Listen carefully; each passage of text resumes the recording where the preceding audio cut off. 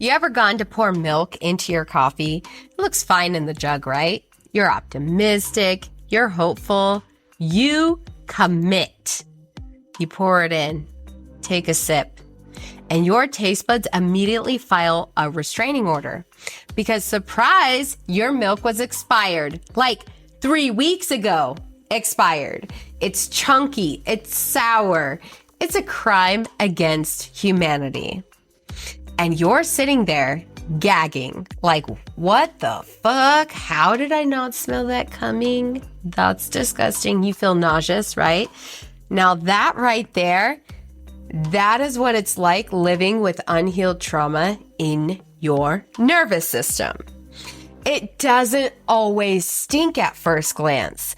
You might be cruising through life thinking, I'm fine. I've got this. New day, new me. I don't give a fuck, right? And then someone forgets to text you back or uses that tone. You know which one I'm talking about. And suddenly your chest is tight. You're spiraling. Your brain is serving up emotional, expired milk in the form of panic, shutdowns, or straight up full-blown rage. Now, you weren't expecting it, but it was already there, souring beneath the surface. That's where we're going today, because this episode is the one where we finally talk about why your nervous system keeps pouring you spoiled reactions and how to clean that shit out of for good. Okay, we're not just talking about a one-time cleaning. We're trying to clean it out for good. So let me walk you through what trauma actually does to your wiring, why breaking toxic cycles feels like detoxing off a drug, and how to stop sipping spoiled emotions like they're just part of who you are or your personality. This one is really big, bold, and I want to say it might hit you like a slap and a hug at the same time. So you might get a little confused. But if you're ready to get real, get raw, then let's fucking go. Welcome to the carnival. I'm the ringleader now. They won't hear a sound at all. It's out very loose, 6 feet underground. All right, we're on episode 4, where trauma literally rewires your nervous system. Now, if you stuck with me through episodes 1, 2, and 3, you already know we've been busting through why you keep repeating the same old BS patterns and how your brain fights change like it's a damn tug of war. We also learned how knowing better isn't enough because your emotional brain, you know, that sneaky limbic system of yours, can hijack your logical brain. Fun times, right? I know. Now, I'm not being hyperbolic for effect, but trauma is like an earthquake or your mother-in-law that's inside your brain rearranging the furniture. It's the star of the show here with your amygdala, that little almond-shaped part of your brain responsible for fear and alarms. Think of the amygdala as your overzealous security guard. Now, before trauma, it might check IDs and wave people through. But after trauma, oh honey, after trauma, it's on high alert, patting down grandma at Thanksgiving, treating every damn situation like a 5-alarm fire. Okay. Your amygdala learns from trauma that, hey, the world isn't safe, and it starts reacting to anything, even remotely similar to the original hurt. It's like a smoke detector that now goes off when you make toast. Burnt edges? Cue the full panic mode. And it's not just the amygdala, okay? Trauma gives your whole limbic system. This is your CEO of your emotions and behaviors. It gives it a not so fun makeover. Your hippocampus, the memory center, aka, I like to think of it as the assistant who writes everything you do down. No matter if it's what you want or don't want to remember. It just writes it all down, but we focus on the negative, right? It starts cataloging anything related to the trauma, trying to never forget the danger. Your body gets conditioned to expect chaos. Now, do you ever wonder why you flinch when someone uses a certain angry tone or why a specific cologne makes your heart race? It's your limbic system hitting that fucking panic button. It's yelling, "We've seen this shit before! Run!" Even this time, you could be safe. It doesn't give a shit. In short, trauma hardwires you to survive, not to thrive. And in case you're in denial, I want to give you the definition of trauma, because trauma isn't just when you get beat or when you're raped, or these are horrible things. But trauma is when we experience very stressful, frightening, or distressing events that are difficult to cope with or out of our control. So it could be one incident or an ongoing event that happens over a long period of time. So most of us will experience an event in our lives that could be considered, well, traumatic, okay? Basically, it cranks your fight or flight response up to 11 out of a 10 and leaves it humming in the background, just like when your kids start screaming because you want them to be quiet, right? So then you end up living as if the threat is ever present, hypervigilant even.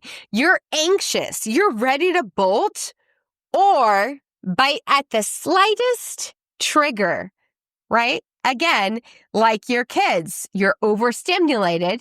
You're telling them to shut up and sit down. Give me a moment to process. And the kids are like, oh, is that a suggestion? I think I'll go ahead and do it still. You know your kids do that. Mine do it all the time. So when you're in this constant go mode, your stopping means you have to actually feel and process. And we all know that's a hard pass, so you'd rather just keep going, right? Sure. Sure, you can look perfectly fine on the outside. You're functioning, you're friendly. Maybe you're even motivational or independent, right? Oh, I'm an influencer. But how many times do you feel like you're one wrong word away from a full-blown breakdown? Or maybe you're tossing and turning in bed. You're replaying everything on your own personal highlight, self-degrading reel. That's what happens when your trauma lives in a sealed container under the surface, hidden in the back of your fridge. But just like that Tupperware that you shoved in the back of your fridge maybe 3 weeks ago, right? You look totally chill, calm, cool, collected. No cracks, no leaks. It's just there. You don't have to deal with it ever. But inside, you have mold, slime, probably a new life form, growing limbs, and literally turning into the Incredible Hulk, but furry. So then when someone nudges the lid, the Hulk gets triggered. You want to behave, but the bacteria, aka your stressful, frightening, or distressing events, keep egging the growth of stench, chunks, and mold to build stronger and more defiant in your brain until one day something pops it open, okay? And the emotional stink just explodes all over your day. Maybe it's in the form of snapping at your partner, ghosting someone who got too close, or spiraling in shame for the 5th time this week. You know you do it. You weren't crazy, though. You were full of things you refused to process. Your nervous system has been choking on emotional leftovers, and you've just gotten used to the smell. You're like, oh, it's fine. This is just how life is for me. And do you remember the earlier episodes when we talked about the autopilot and your neural pathways, it's like basically trauma is supercharging the unhealthy pathways. Okay. It's like not Duracell, the Energizer Bunny, just keeps going and going. That's what your trauma is. It just keeps going and going and going in those unhealthy pathways. It's like water carving a deep channel in rock. The more those reactions fire, the more automatic and ingrained they become.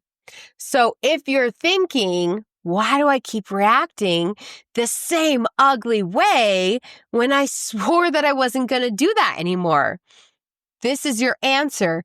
Your brain is literally wiring itself to react that way because it wants to keep you safe. It's not trying to sabotage you, but it is sabotaging you. The pattern is ingrained like a muscle memory, and breaking it isn't just a mental choice. It's a full-on battle against your biology, your neurology. I mean, picture this. Your ex cheated on you, and now you have trust issues. Duh. Intellectually, you meet a new person, right? They're sweet, and you know they're not your ex. But the first time they don't text back for a few hours, what happens? Your chest tightens, your mind races with worst case scenarios. Maybe you start stalking their social or composing what the fuck, I knew it text, right? WTF, I just knew it. And they're like, you knew what? And you're like, you know. No, stop it. That's not you being crazy though. That's your trauma brain stuck in the past. It's flooding you with stress hormones, like it's reliving that betrayal over and over again. Your amygdala doesn't do nuance. It's a caveman with a club. I can't even talk. It's a caveman with a club. It sees a possible threat and wham! It reacts now. The result, you feel stuck in fight or flight. You're reacting on impulse, almost watching yourself like, why am I doing this? Like you're the star of a horror movie, like we talked about in part 3, remember? Oh, don't go in there. Oh my God, why are you going in there? And you're watching yourself. That's what it's like. And trauma often puts us in freeze or fawn mode too, because it's not just fight or flight. Sometimes you just shut down or try to people please your way out of danger. So maybe instead of raging, you go numb when triggered, or you start apologizing profusely to diffuse the conflict. Same origin, your brain doing anything to feel safe, even if it's irrational now. And I want to be really clear on something, okay? You cannot microwave a rotting pattern and expect it to nourish you. Trying to slap a new habit on top of unprocessed trauma is like sprinkling Parmesan on a moldy container of lasagna from last October. It's still rotten. It still smells. It's still gonna make you sick. So yeah, when you finally crack the lid on that emotional Tupperware and start tossing out old crap, your nervous system flips out. It's going to panic. It wants the smell back. Give it to me. It's craving the smell. Because guess what? That rot was familiar and fuzzy in more than one ways, right? It's that fuzzy little... Okay, I digress. Now, chaos becomes your comfort food, even if it was slowly poisoning your relationships. And when you cut it off, you feel it like a junkie sweating through a detox. And that doesn't mean you're failing. It means you're finally choosing fresh, and your system doesn't know how to handle it yet. It's like, wait, I thought I was gonna eat that Mickey D's from last week. Thought we could just put that in the microwave, it'd be fine. right? So if you spent years in chaos, your body thinks chaos is normal. Your adrenal glands have been pumping out cortisol and adrenaline like a Starbucks barista on double shifts. When you start saying no to the drama, your body is like, wait, where's my rush? Where's my hit of stress juice? Can I get some sugar? It's literally craving the old chemicals, the old routine. So you get uncomfortable. And by uncomfortable, I mean downright miserable. Anxiety spikes, mood swings galore, an urge to crawl back to what you know, even if it's awful. All of these. You see, breaking patterns can make you feel worse before you feel better. Just like how drug withdrawal causes nasty symptoms before you come out clean on the other side. Think of it this way. If your toxic pattern was a drug, you've been dosing your brain with it for years. Suddenly, you cut off the supply. Your brain says, oh, hell no, I need my fix.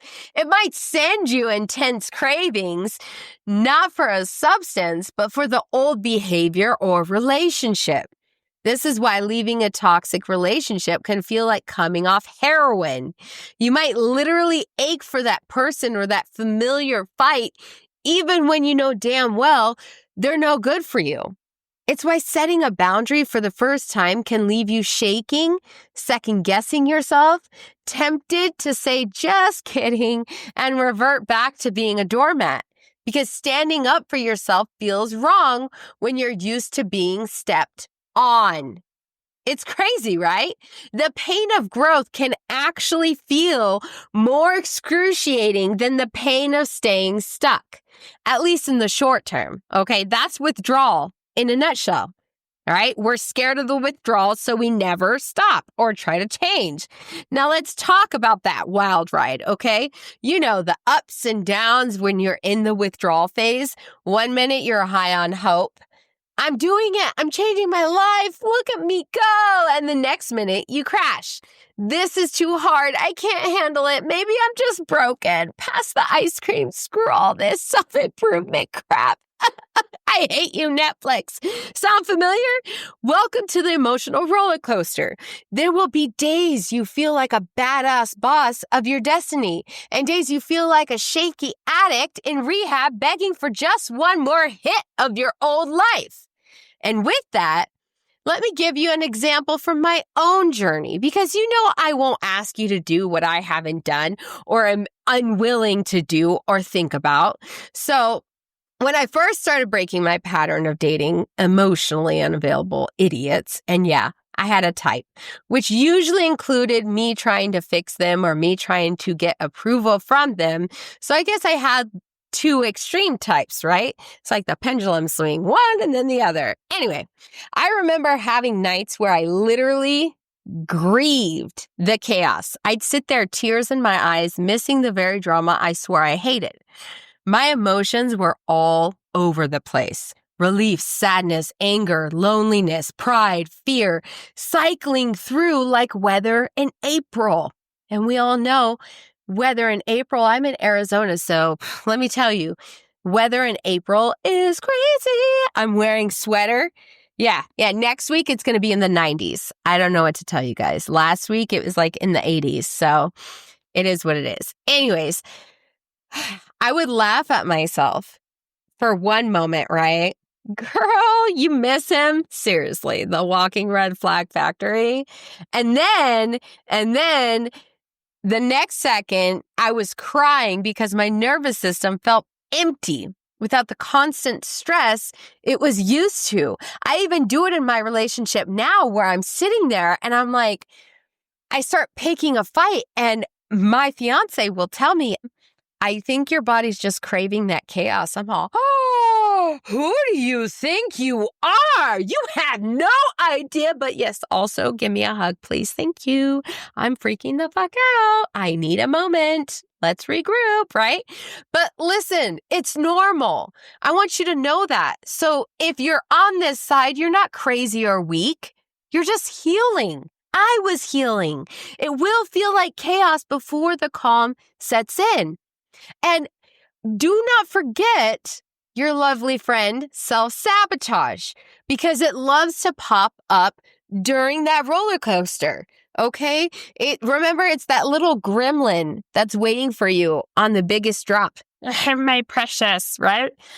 My lovely precious, I'm gonna get you. It's like Pokemon. I'm gonna catch them all, Anyways, you start doing well, but then subconsciously you're like, this is uncomfortable.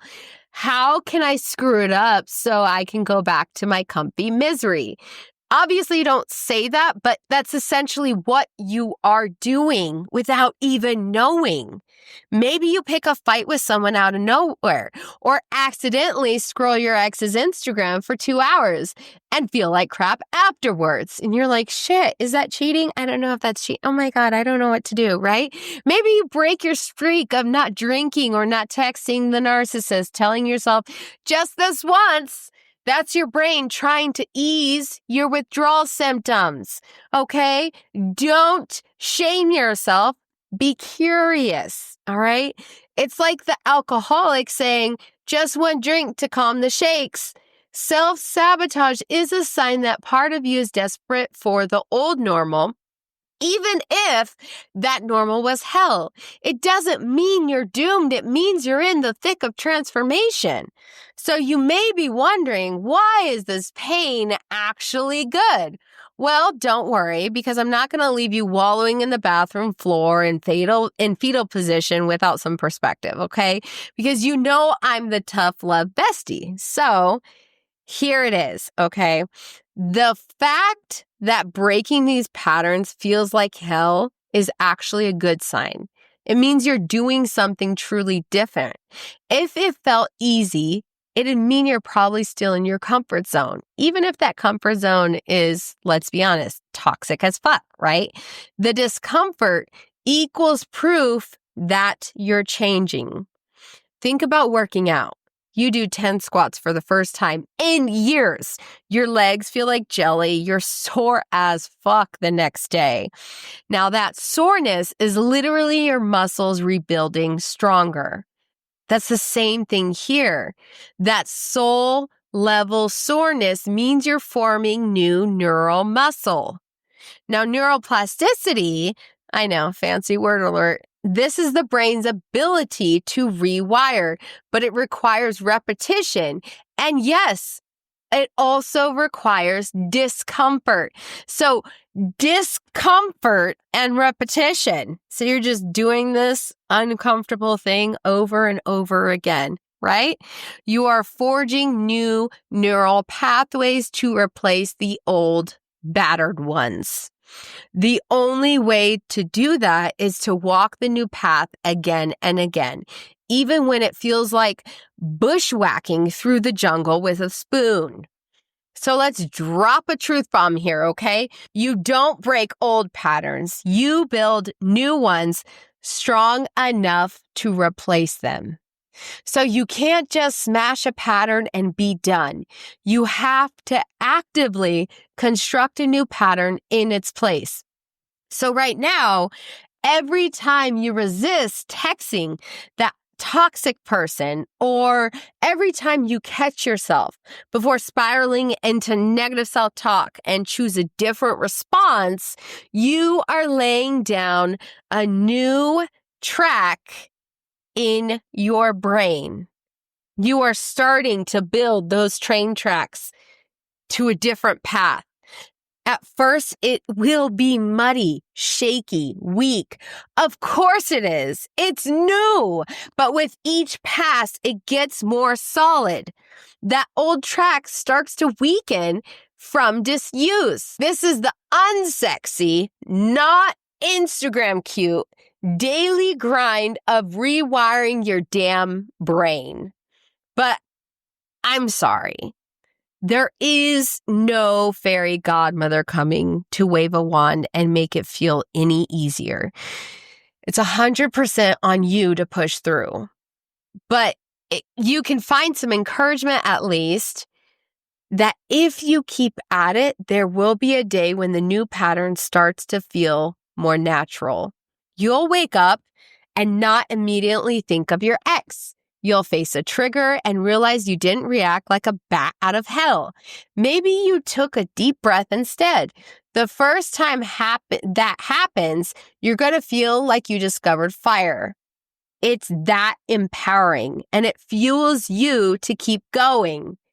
So let's regulate your nervous system by being practical just for a hot minute, okay? We're going to soothe the freak out. So while you're going through this withdrawal and your nervous system is basically doing a toddler tantrum, you can do things to soothe it. And no, I don't mean running back to the bad habit. So stop that. Put the phone down. Think of it as giving your brain a little pacifier while it cries for the old fix. We want to create safety signals for your body since it's freaking out. Now, remember, the real secret is lasting change by creating a sense of safety and consistency for your brain. So if your brain feels safe, it won't scream as loud. Breathe is the first one. I know it sounds cliche, but deep breathing is basically telling your amygdala, chill, daddy, chill. You're not dying, right? When you're triggered, just try a big inhale for 4 counts, hold for 4, exhale for 8, okay?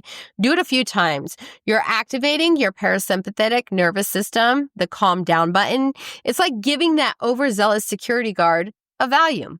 You'll notice your heart rate slower and that heat in your chest, it'll cool a bit.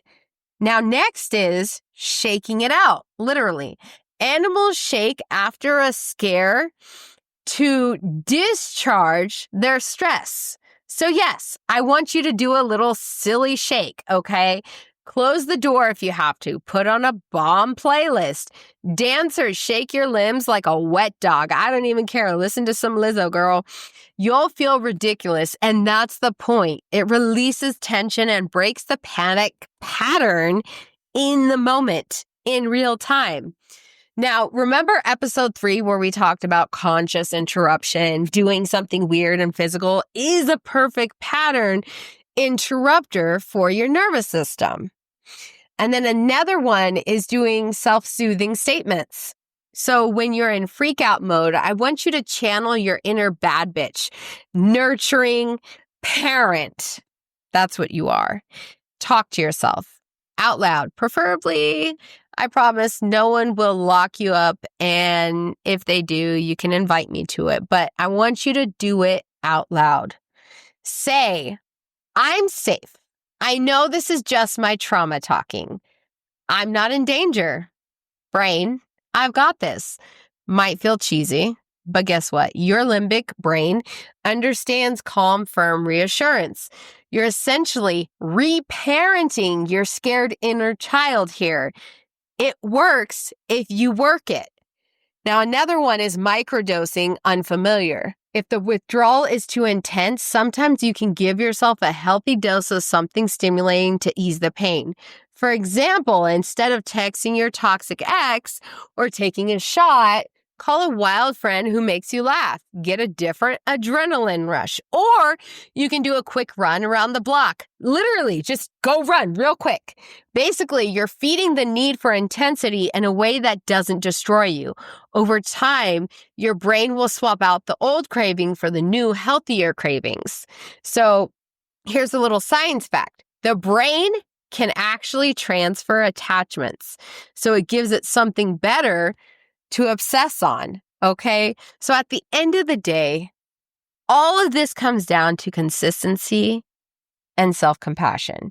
You have to consistently show up and practice the new response. And when you stumble, notice I said when, not if. You don't throw in the towel and say, I'm hopeless. Nope, you forgive yourself fast and get back on the wagon. This isn't a 30-day diet. It's a lifelong change. And how you deal with life, think marathon, not sprint. So I know this episode got raw and real. That's because I need you to understand on a gut level, okay? If it feels like hell, you're not failing, you're healing. Breaking patterns, especially ones rooted in deep wounds, is one of the hardest things you'll ever do. It's supposed to feel hard, but hard is not impossible. Hard is how you know it matters. You're basically teaching an old dog new tricks, and that dog is your brain. And it might growl and resist, but with patience and grit, it can actually learn to sit and stay in your new healthy habits. Remember all those previous episodes. You have awareness now. You know your autopilot and your triggers. You've got tools to interrupt the pattern, and you've started replacing the old reactions with new actions, step by step. You're in the messy middle, babe, and messy is so good. Messy means you're moving. Don't trust the process. Own the process. Own the fact that you are rewiring your freaking brain one reaction at a time. That's so badass. Most people never even try. They just run back to what's comfortable, but not you. You're here. You're doing the work, ugly cries and all. I'm so proud of you for that. I don't even have to know you to be proud of you for that. And just like you wouldn't eat that moldy ass lasagna from 3 months ago, stop feeding your life with the same old emotional leftovers. You are not leftovers. You are not rot. You are someone learning to choose fresh, choose clean, choose intentional. Every time you catch yourself slipping into an old reaction this week, I want you to picture that disgusting container and say, oh yeah, we're not doing that anymore. No thanks. Hard pass. Let's clean that out, right? This is how you start to rewire, not with perfection, but with presence, with radical honesty, and yeah, with a little humor and a lot of scrubbing. Some elbow grease for real, okay? And if you're sick of doing this kind of cleanup on your own, listen, this is exactly the stuff we handle inside my 8-week Real and Raw Relationship Reset program. It's like deep cleaning your emotional fridge, scrubbing the trauma off the shelves, and restocking with nothing but what actually feeds your peace, your confidence, your connection in all your relationships, starting with the relationship you have with yourself. So if you're ready, and maybe you're not, maybe you are, but if you're ready to stop sealing the lid on your pain and pretending to be fine when it actually reeks, you know where to find me. My link's in the bio. Next episode, we're talking about how to actually anchor the new patterns you're building, how to make this the new way you live, not just the thing that you try. We're going full in on emotional freedom, the kind that sticks. Now you've got this. I will see you there. Let's get real, let's get raw, and let's get the fuck over it.